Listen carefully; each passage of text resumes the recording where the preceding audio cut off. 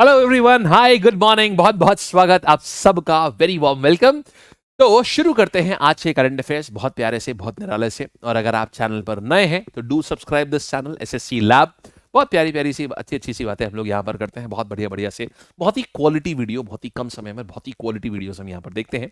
और अब हम करंट अफेयर्स की शुरुआत करते हैं। आज के करंट अफेयर्स, हाँ ये ठीक है, तो यहाँ पर आ रहे हैं। देखिएगा, सबसे पहला हमारे पास क्या आ रहा है, कौन से साल में नोबेल प्राइज इन केमिस्ट्री जो है वो डेविड बेकर, जॉन जंपर और डीविस हासेबिस को अवार्ड किया गया। देखो इसका मतलब क्या है, अभी केमिस्ट्री के नोबेल अनाउंस कर दिए गए हैं। और केमिस्ट्री का नोबेल किन लोगों को मिला है, केमिस्ट्री का नोबेल इनको मिला हुआ है। और ये याद करने का भी हम तरीका बताते हैं आपको। केमिस्ट्री का नोबेल मिलते ही बेकर जो है वो हंस हंस के कूदने लगे। माने देखना, बेकर बेकर जो हैं वो हंस हंस के कूदने लगे। माने बेकर, हंस ये हसबिस, और कूदने लगे माने जंपर। सो बेकर हंस हंस के कूदने लगे माने जंप करने लगे। तो बेकर, हसबिस एंड जंपर। तो इनको इस बार का नोबेल मिला है। बहुत अच्छा तरीका है, बहुत अच्छे से याद हो जाएगा आपको। ठीक है, चलिए आगे बढ़ते हैं। अभी रिसेंटली यंगेस्ट माउंटेनियर हुआ क्या, अभी यंगेस्ट माउंटेनियर कौन बना जो 8000 मीटर की हाई पीक्स को चढ़ गया है। अब देखो यहां पर क्या है यार, कहानी यहां पर क्या आती है, मिंगमा शेरपा, नीमा रिंजी शेरपा, या तेंजिंग नॉर्गे, या एडमंड हिलेरी। देखो तो ये क्या है, ये एक 18 साल का बालक है और इसने अभी गिनीज वर्ल्ड रिकॉर्ड बनाया है। जितनी भी पूरे देश में ना, पूरे दुनिया में 14 ऐसी चोटियां हैं जो 8000 मीटर से ऊंची हैं। तो 14 ऐसी चोटियां हैं जो 8000 मीटर से ऊंची हैं और उन सबके ऊपर ये चढ़ गया। अभी तक जो रिकॉर्ड था वो ये था कि 30 साल के आदमी ने अभी तक रिकॉर्ड बनाया था ये काम करने का, लेकिन अब 18 वर्ष की आयु में इस व्यक्ति ने ये काम कर दिया है। इसका नाम है रिंजे शेरपा। ये आंसर आ गया इसका। आगे बढ़ते हैं हम। कौन से साल में आसियान की स्थापना हुई थी। देखिए आसियान की स्थापना हुई थी 8 अगस्त 1967 को। आसियान की स्थापना इसलिए करी गई थी क्योंकि जो कोल्ड वॉर की टेंशन हो रही थी रशिया और यूएस के बीच में, उससे ये साउथ ईस्ट वाले जो नेशंस हैं, जैसे इंडोनेशिया हो गया, मलेशिया हो गया, इन सबको बहुत ज्यादा समस्या हो रही थी। ये पिसते चले जा रहे थे। इनफैक्ट हालत ऐसी आ गई थी कि इनके बीच में वॉर की सिचुएशन आ गई थी, क्योंकि समस्या थी ये किसे सपोर्ट करें किसे ना करें और न्यूट्रल कैसे रहें। तो ये इतने छोटे नेशंस थे कि बड़े बड़े नेशंस के चक्कर में इनमें आग लग रही थी।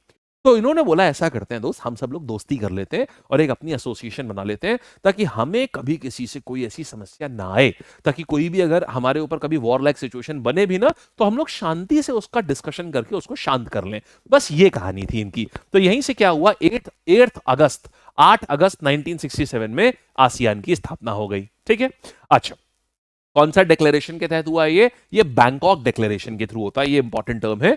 आसियान की जो स्थापना है ये बैंकॉक डिक्लेरेशन के थ्रू हुई है। ध्यान रखना कि आसियान का मेंबर भारत नहीं है। क्या इंडिया मेंबर है, क्या इंडिया मेंबर है इसका? नहीं दोस्त। इंडिया किसका मेंबर है? इंडिया सार्क का मेंबर है, आसियान का नहीं, सार्क का है, बिम्स्टेक का है। इनका मेंबर तो है लेकिन आसियान का मेंबर नहीं है। ठीक, चलो आगे आते हैं।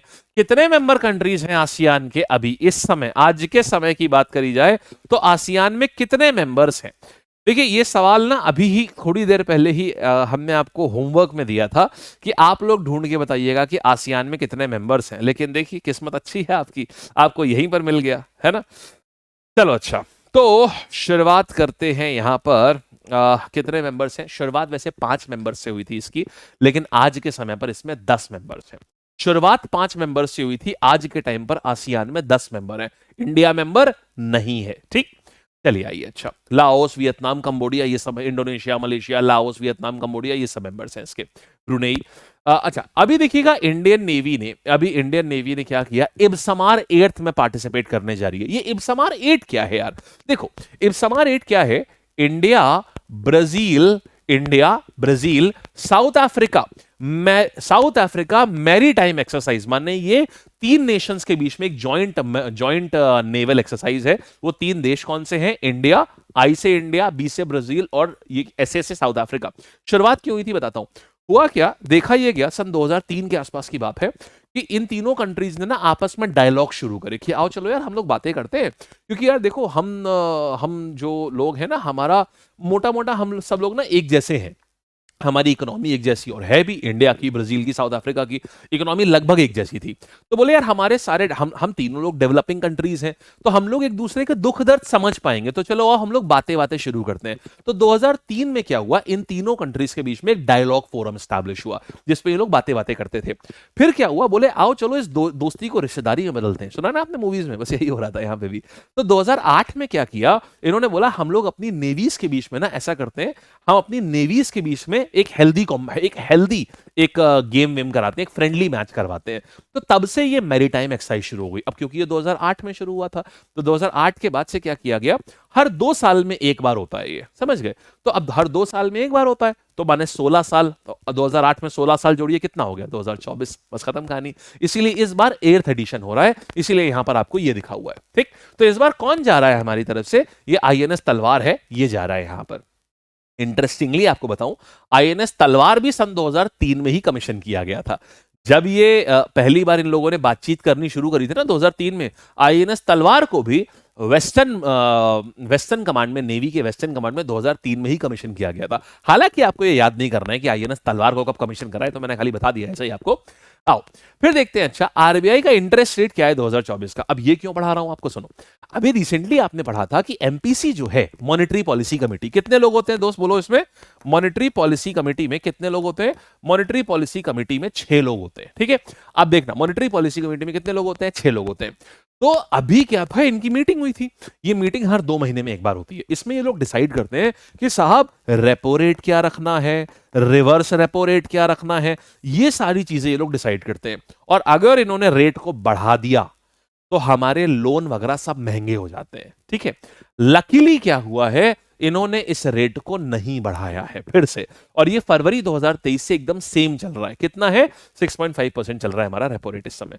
छोटा सा होमवर्क आपको दे रहा हूं, बताना अभी का रेपो रेट, एक तो मैंने बता ही दिया, और रिवर्स रेपो रेट क्या है। दोनों सेम नहीं हो सकते, याद रखिएगा, दोनों सेम नहीं हो सकते, दोनों सेम नहीं हो सकते। रेपो रेट और रिवर्स रेपो रेट इस समय का क्या है, ये आपको मुझे बताना है। और एमपीसी में कितने मेंबर होते हैं ये हमने आपको बता ही दिया। और 6 मेंबर्स होते हैं, 3 आरबीआई के होते हैं और 3 सरकारी होते हैं। ठीक है, इसका काम क्या होता है, इसका काम होता है इन्फ्लेशन को कंट्रोल करना। माने अगर महंगाई है तो महंगाई को कंट्रोल करने का काम होता है एमपीसी का। ठीक है, आइए आगे बढ़ते हैं। अच्छा फिर देखते हैं कौन सा मेडल इंडियन विमेन्स टीम ने जीता 2024 एशियन टेबल टेनिस चैंपियनशिप में। बहुत बढ़िया बात है भाई, ये देखो इतिहास रचा गया है दोस्त, इतिहास रचा गया है। तो आज तक भारत ने कभी भी एशियन टेबल टेनिस चैंपियनशिप में कभी कोई मेडल नहीं जीता हुआ था, कभी नहीं। क्योंकि ये माना जाता था यार ये China, south Africa, sorry China और ये आपका जापान, साउथ कोरिया, ये सारे मेडल लेके जाते थे टेबल टेनिस के हमेशा। चाहे आप ओलंपिक्स ले लो, चाहे वर्ल्ड चैंपियनशिप ले लो, चाहे एशियन चैंपियनशिप ले लो। पहली बार ऐसा हुआ है कि भारत ने साउथ कोरिया को हरा करके ब्रॉन्ज मेडल हासिल किया है। तो ये क्वेश्चन जरूर आएगा। और ये कहां हो रही थी ये चैंपियनशिप, ये चैंपियनशिप हो रही थी एस्ताना कजाकिस्तान में हो रही थी। आप लोग भी आंसर दिया करो साथ में, आप लोग भी साथ में कमेंट में तुरंत कमेंट करके आंसर दिया करो। तो एस्ताना कजाकिस्तान में हो रही थी ये। तो हमने कौन सा मेडल जीता है, ब्रॉन्ज मेडल। और ये कहां हो रहा था, ये एस्ताना कजाकिस्तान में ये हो रहा था, एस्ताना कजाकिस्तान में ये हो रहा था। ठीक है, चलिए आइए आगे बढ़ते हैं। फिर देखिएगा जो रूट जो है फर्स्ट बैट्समैन बने, 5000 रन बना लिए इन्होंने वर्ल्ड टेस्ट चैंपियनशिप में। WTC क्या होता है, वर्ल्ड टेस्ट चैंपियनशिप। अब देखो ये कहानी क्या है यार, क्या आज तक किसी ने टेस्ट मैच में 5000 रन नहीं बनाए, ऐसा नहीं है। वर्ल्ड टेस्ट चैंपियनशिप एक टेस्ट मैच की सीरीज है जो शुरुआत हुई थी सन 2019 में। तो क्योंकि ये इतनी रीसेंट सीरीज है, 2019 में ही शुरुआत हुई है इसकी, तो 2019 से लेकर 2024 में जितने भी टेस्ट मैच हुए हैं वो वर्ल्ड टेस्ट चैंपियनशिप के अंतर्गत ही होते हैं। तो उसमें अगर खाली देखा जाए तो जो रूट पहले ऐसे बैट्समैन बन गए हैं जिन्होंने 5000 रन कंप्लीट करे। ये है पूरी कहानी, समझ गए। तो बस ये, तो कहां पर ये मैच हो रहा था, ये अभी पाकिस्तान में मैच हो रहा था, मुल्तान में चल रहा था, पाकिस्तान के अगेंस्ट हो रहा था, ये मुल्तान में मैच चल रहा था। तो उसमें इंग्लैंड खेल रहा था पाकिस्तान के साथ में, टेस्ट मैच खेल रहा था। तो उसमें जो रूट ने कंप्लीट किया। जो रूट कहां के हैं, ये इंग्लैंड के आते हैं। तो जो रूट कौन सी टीम को बिलोंग करते हैं, ये इंग्लैंड क्रिकेट टीम को बिलोंग करते हैं। पाकिस्तान में टेस्ट सीरीज हो रही थी मुल्तान में, पाकिस्तान के ही अगेंस्ट ये खेल भी रहे थे। ठीक है, अच्छा, पहला WTC कौन जीता था? होमवर्क दे रहा हूं यहां पर, एक होमवर्क क्वेश्चन लिखना जल्दी से। देखो बहुत अच्छा लगता है मुझे, आप लोग होमवर्क करते हो ना तो बहुत अच्छा लगता है, बहुत ही बढ़िया अच्छा लगता है ये मुझे। तो आप लोग क्वेश्चन करते भी हो, आंसर भी करते हो। तो होमवर्क ये है, WTC का फर्स्ट विनर कौन है? सबसे पहली बार जब WTC का मैच हुआ तो जीता कौन, मतलब फर्स्ट वर्ल्ड टेस्ट चैंपियन कौन बना? ठीक है, आओ फिर देखा 30th नेशनल गेम्स कहां पर हो रहे हैं। अब देखो ये क्या है, तो नेशनल गेम्स हर बार अलग अलग जगह पर होते हैं, ये बिल्कुल ओलंपिक गेम्स की तर्ज पर ही बनाए गए थे। और इसकी स्थापना भी सबसे पहली बार कब करी गई थी, इसका अलग अलग नाम हुआ करता है, बहुत बहुत बार इसका नाम बदला है। तो पहला मैच पता है कब हुआ था? 1924 में। तब ना इंडियन ओलंपिक एसोसिएशन की स्थापना करी गई थी, IOA, इसकी स्थापना करी गई 1924 में, ब्रिटिशर्स ने करी थी। तो अब फिर क्या हुआ, बोला गया कि ठीक है, क्योंकि हमें ओलंपिक्स में अच्छा परफॉर्म करना है तो हमें नेशनल लेवल पे भी ओलंपिक जैसे ही बिल्कुल गेम करने पड़ेंगे। तो इसीलिए क्या किया गया, तभी से नेशनल गेम की भी शुरुआत करी गई। पहला नेशनल गेम कहां हुआ था? लाहौर, पाकिस्तान में, क्योंकि उस समय इंडिया पाकिस्तान तो एक था। तो तब से ये चल रहा है। तो हम जैसे होता है ना, आप देखो ओलंपिक्स का वेन्यू हर बार अलग अलग अलग जगह रहता है, उसी प्रकार से नेशनल गेम्स का भी वेन्यू हम हर बार अलग अलग राज्यों में रखते हैं। तो पिछली बार कहां था? गोवा में हो चुका है, मध्य प्रदेश में हो चुका है, हरियाणा में रह चुका है। तो अभी कहां पर होगा इस बार? इस बार ये उत्तराखंड में होगा। तो उत्तराखंड में ये भी होगा, और जैसे ओलंपिक्स में होता है ना समर ओलंपिक, विंटर ओलंपिक, वैसे यहां पर भी होता है। तो यहां पर भी विंटर नेशनल गेम्स भी होंगे, और वो भी कहां होंगे? वो भी यहीं उत्तराखंड में होंगे। ठीक है, फिर एशिया का सबसे बड़ा इमेजिंग टेलीस्कोप आ रहा है यार, लद्दाख में रखा जा रहा है। पूरे एशिया में इससे बड़ा इमेजिंग टेलीस्कोप नहीं है। ये काम क्या करेगा? देखो, जब भी ना कोई सन डेड हो जाता है, कहीं कहीं कोई ब्लैक होल क्रिएट होता है, या कहीं कोई स्टार क्रिएट हो रहा होता है, या स्टार डेड हो रहा होता है, तो एक बहुत ही हाई एनर्जी वेव्स निकलती हैं, जिसको हम कहते हैं गामा वेव्स। इन गामा वेव्स को अगर आप स्टडी कर लोगे ना, तो आप जो आपसे बहुत बहुत बहुत दूर है, कई प्रकाश वर्ष आपसे दूर है जो स्टार ना, उसके बारे में भी आप बता दोगे कि वो कितना बड़ा था, कितना छोटा था, सब बता सकते हो उसके बारे में। तो वो ये जो टेलीस्कोप है ना, ये गामा वेव्स को स्टडी कर सकता है। ये एशिया का सबसे बड़ा टेलीस्कोप है। ये कहाँ कहाँ रखा जा रहा है? ये हानले जो सेंचुरी है लद्दाख में, वहां। ठीक, तो इसका नाम क्या है? मेस नाम है इसका। ठीक है, इसका नाम क्या है? मेस। आओ आगे बढ़ते हैं। कौन सा प्रोजेक्ट सेटअप हो रहा है Lothal national maritime heritage complex? अब ये सुनो, अच्छा क्या है, तो अभी मोदी जी ने घोषणा करी है कि देखो ऐसा है, क्योंकि इंडिया की जो मैरीटाइम हिस्ट्री है, माने मरीन हिस्ट्री है, इतनी पुरानी है। आप देखो इंडस वैली सिविलाइजेशन में हमने पढ़ा है, लोथल में एक डॉकयार्ड हुआ करता था, चोलास की पूरी एक नेवी हुआ करती थी। आपको याद होगा मौर्याज में भी हम लोग पढ़ते हैं, एक ताम्रलिप्ति पोर्ट पढ़ते हैं, याद आ रहा है? मौर्यास के में दो पोर्ट हुआ करते थे, एक ईस्टर्न कोस्ट पे होता था, एक वेस्टर्न कोस्ट पे होता था। ताम्रलिप्ति याद आ रहा है वर्ड? तो मौर्यास के वहां भी नेवी हुआ करती थी, गुप्ताज में भी नेवी हुआ करती थी, चोलाज में भी हुआ करती थी। फिर हमारे छत्रपति शिवाजी महाराज, इन्होंने इनको फादर ऑफ इंडियन नेवी कहते हैं। तो इतना नेवल इतिहास है हमारा, लेकिन एक भी अच्छा नेवी का म्यूजियम नहीं है। नेवी का म्यूजियम मतलब ये पूरी हमारा इतिहास बनाने के लिए कोई म्यूजियम नहीं है। तो अभी क्या है, कैबिनेट ने मंजूरी दी है कि लोथल गुजरात में एक नेशनल मैरीटाइम हेरिटेज कॉम्प्लेक्स बनाया जाएगा, माने एक म्यूजियम बनाया जाएगा। तब से लेके इंडस वैली से लेके अब तक का पूरा डेवलपमेंट दिखाया जाएगा। बहुत अच्छी चीज है। तो अगर स्कूल की ट्रिप्स इन सब जगहों पर जाए ना, तो बच्चे बहुत कुछ सीखेंगे।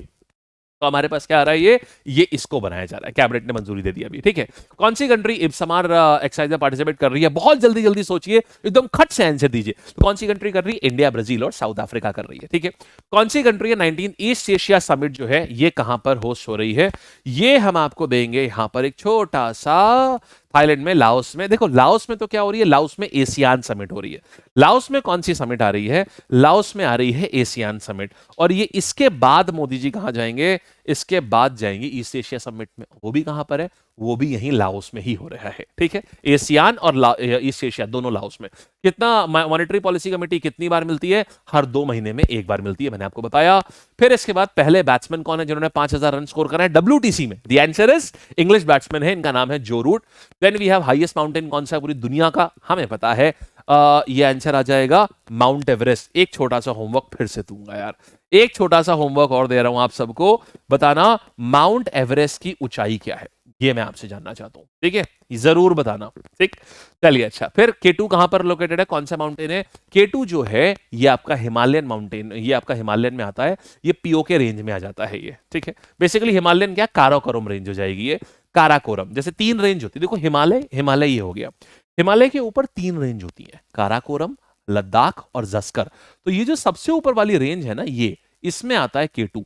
कंचनजंगा पूछेगा तो कंचनजंगा यहां पर सिक्किम में आता है, ये हिमालय में है, तो आंसर क्या आ जाएगा इसका, काराकोरम रेंज।